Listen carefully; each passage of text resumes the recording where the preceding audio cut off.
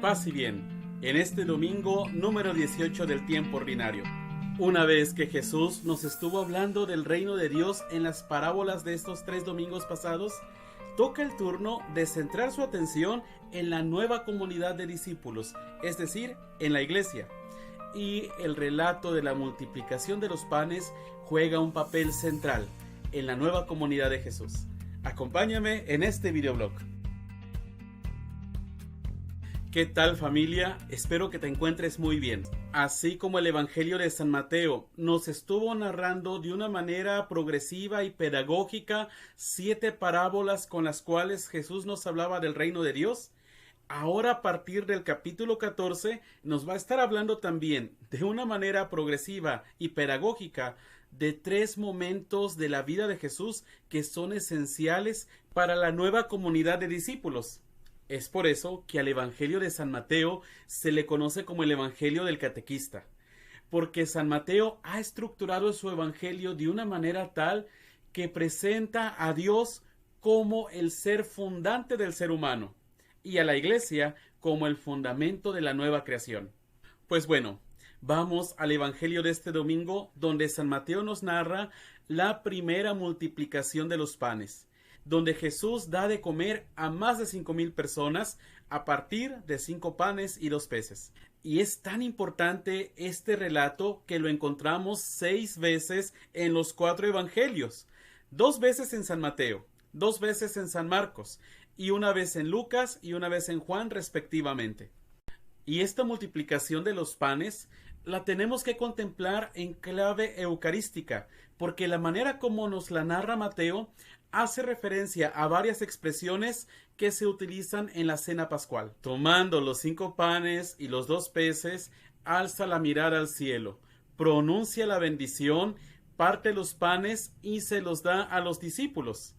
Esta cena pascual que se actualiza en la Eucaristía, en la misa, las palabras que el sacerdote reproduce, que son las mismas palabras de Jesús. Y este milagro de la multiplicación de los panes habla mucho también sobre la vida de la Iglesia, puesto que en el Evangelio de San Juan Jesús nos dirá que Él es el pan de la vida. Pues bueno, este pan que Jesús va a dar, donde Él mismo se va a dar, lo distribuye a sus discípulos para que los discípulos lo repartan a la gente. Ahora puedes comprender por qué este relato, este milagro es tan importante y ocupa tal lugar en los evangelios, que la primera comunidad cristiana muy pronto entendió que reunirse en torno a Jesús para partir el pan es clave en su vida de discípulos y en la vida de la comunidad de Jesús. La respuesta la encontramos en la primera lectura tomada del libro del profeta Isaías, donde el profeta comunica la invitación de Dios a todos sus fieles, sedientos y hambrientos.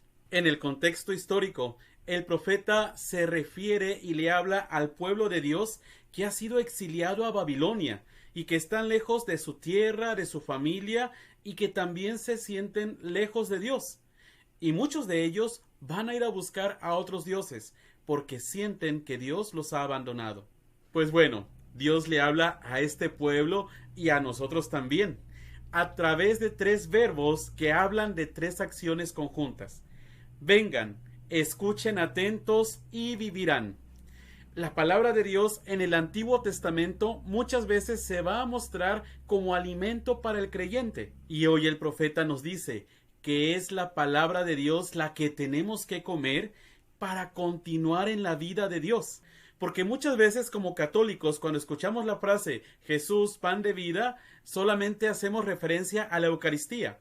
Pues bueno, hoy el profeta Isaías nos dice que el pan de la vida es también Jesús, que se nos da diariamente a través de su palabra, y por lo tanto no se nos ha privado del alimento de Dios, del pan de la vida, porque diariamente podemos escuchar su palabra, y ahora necesitamos como católicos redescubrir la fuerza vital, la vida que se nos comunica, la vida divina que se nos comunica a través de la palabra de Dios que se nos proclama diariamente. Y entonces, ahora ya lo sabes, además del banquete eucarístico, tenemos también el banquete de la palabra. Y por eso, la segunda lectura tomada de la carta del apóstol San Pablo a los romanos escuchamos un himno que desborda de gozo y optimismo en nuestra manera de vivir nuestra comunión con Cristo. Pues no existe situación, por muy difícil que sea, que nos pueda separar de la unión con Él, puesto que Dios nos comunica su amor, su fuerza vital y su presencia misma gratuitamente. Y San Pablo nos dirá que ni la aflicción, ni la angustia, ni la espada, ni el peligro, ni la persecución, ni la vida, ni la muerte podrán apartarnos del amor de Dios. Y nosotros ahora podemos hacer nuestras estas palabras de San Pablo y decir: hoy más que nunca, la escucha atenta y la interiorización de su palabra es fuente de vida para el cristiano. Y la Iglesia, es decir, tú y yo, como discípulos de Jesús, estamos llamados a alimentar a los demás, a los presentes y a los ausentes. Porque el gesto de Jesús de alimentar a la multitud, sí con su palabra, pero también con el alimento material, debe de estar siempre presente en el corazón de nuestra predicación y de una manera muy concreta en nuestra manera de dar testimonio y de servir al prójimo, para que los más necesitados puedan sentir la presencia cercana de un Dios que les ama.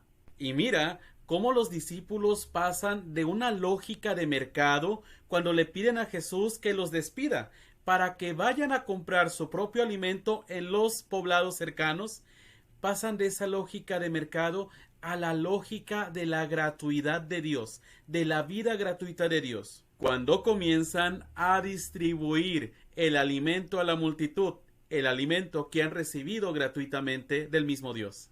Que en este tiempo de pandemia tengamos una voluntad decidida y solidaria para saciar el hambre y la sed de aquel que lo necesita, y que el Señor sacie nuestra propia sed y nuestra propia hambre con el alimento de la Eucaristía y con el alimento de su palabra, esa palabra que está al alcance de cada uno de nosotros y que solo requiere de nuestro corazón abierto. Y ahora recemos juntos la oración de San Francisco de Asís ante el crucifijo de San Damián. Oh alto y glorioso Dios, ilumina las tinieblas de mi corazón y dame fe recta, esperanza cierta, caridad perfecta, sentido y conocimiento, oh Señor, para que cumpla tu santo y veraz mandamiento. Amén. Yo soy Fray José Leiva, y que la bendición de Dios Todopoderoso, Padre, Hijo y Espíritu Santo descienda sobre ti y te acompañe siempre. Amén.